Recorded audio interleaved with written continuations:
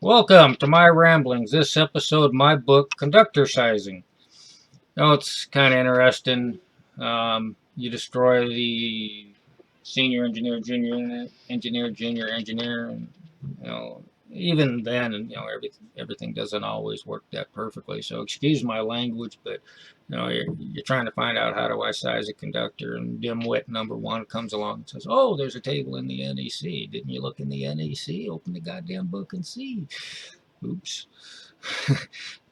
And so you try to size a conductor for that. Dimwit number two comes along and says, well, there's also footnotes you got to take care of. And it could go on and so forth. And what nobody ever seems to really realize is that it's kind of, it doesn't, you can simplify things as much as you want.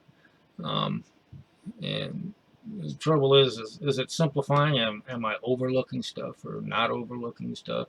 The guys that are really versed in this, they take a two-prong approach. There's two sets of procedures that you go through, and then you have to look and say, okay, what does my ampacity actually turn out to be? And I don't know, maybe it's a 10-minute procedure. I don't know, but there's there's a lot of stuff in the NEC, particularly in that one article, that you have to be aware of.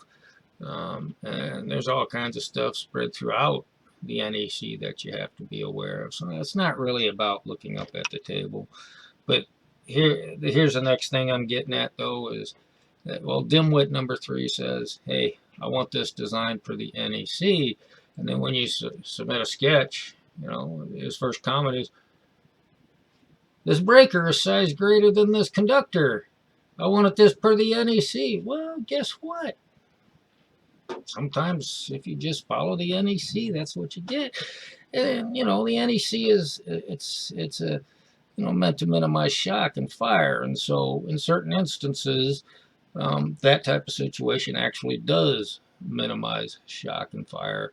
So a lot of people will argue for whatever reason they think the NEC is enough. A lot of people just don't know and just assume, maybe somebody told them or they're carrying somebody's torch. I don't know. But so that is going to be the end of this episode. NEC Introduction to Conductor Sizing. All right. Thank you for tuning in.